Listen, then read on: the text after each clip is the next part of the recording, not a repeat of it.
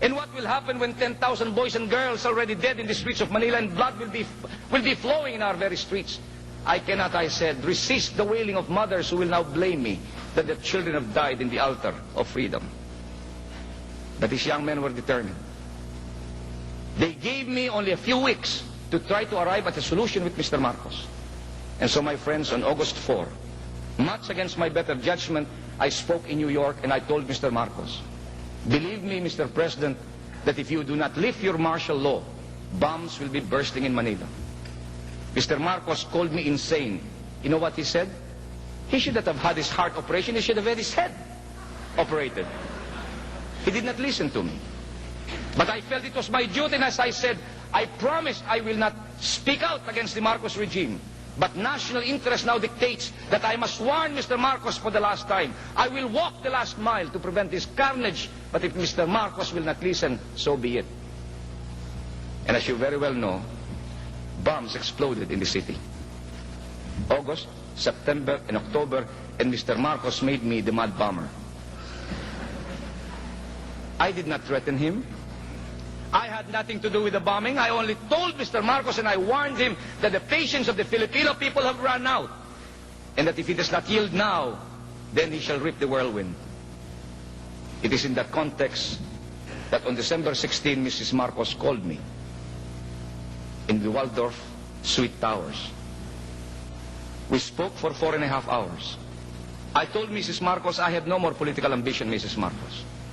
I told her that I'm through with politics. I told her that I am now a broken man, I said, and maybe this is the last time I'll see you. And she said, why? The last time I saw you, I had a broken heart. You call me now, I have a broken leg. Next time you'll see me, I'll have a broken neck. But I went to see Mrs. Marcos precisely to try to tell her of the imminence and the gravity of the situation. Mrs. Marcos said, are you willing to agree to a moratorium? Well, I said, Mrs. Marcos, who am I to agree to a moratorium? I'm not the mad bomber. And then she said, well, whatever it is, whether you're the mastermind or not, every time you speak in New York, bombs burst in Manila. So why don't you now appeal? I said, yes, Mrs. Marcos, I will appeal.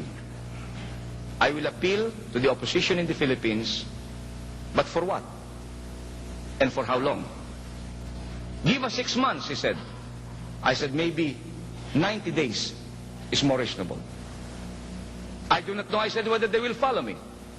But I will make my appeal to whoever is bombing in the Philippines to give you the chance. But what will you do? I promise you, she said, if you give us a moratorium, President Marcos will lift martial law. I said, you mean that? She said, yes. And as you very well know, a month after I met her, martial law was lifted. But what kind of lifting? And I told Mrs. Marcos. Mrs. Marcos, I said, if your husband is sincere, nothing is impossible. But if your husband is not sincere, nothing is possible.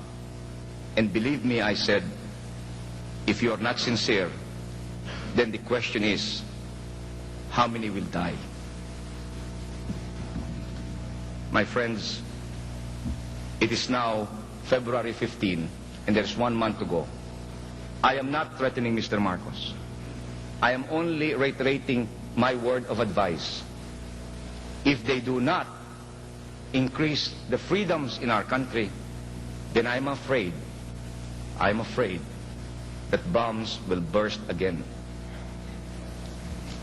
On February 1, last Saturday, I received a most poignant letter from a mother and a wife, and I'd like to read it to you. My dear Senator Aquino, thank you very much for remembering my husband in your negotiations with the government. I have written you a longer letter which will probably reach you in a few days. I am writing you now because I have just received word from my husband that he intends to go on a hunger strike starting Wednesday, February 4, starting with breakfast.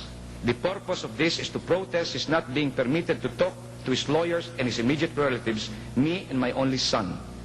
I think he chose February 4 as the date of his hunger strike because he was caught on December 4.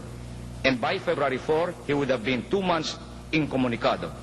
I understand that a number of other detainees accused of their involvement with the April 6 movement will also go on a sympathy strike, hunger strike, beginning February 4. Please pray for them. Thank you in advance for any help you can give me. Sincerely, Tina Montiel. Mr. Montiel was arrested on December 4.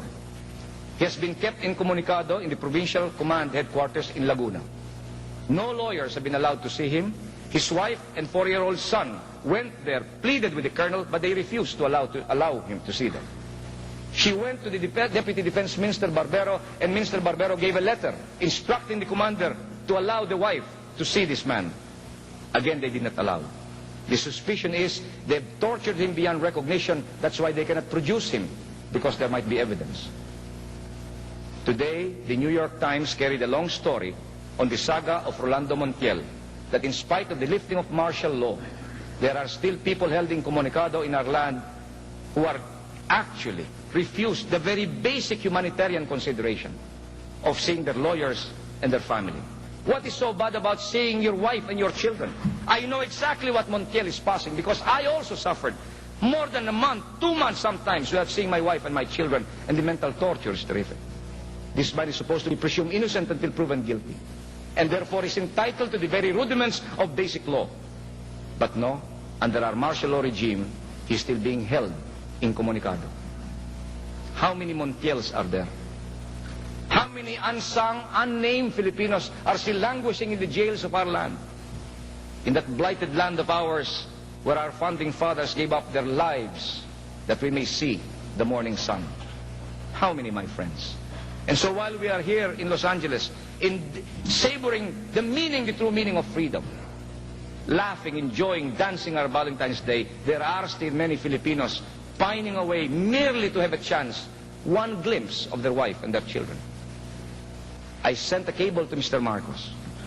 The military went to one of the hunger strikers. They said, Montiel will already see his family. They stopped the strike.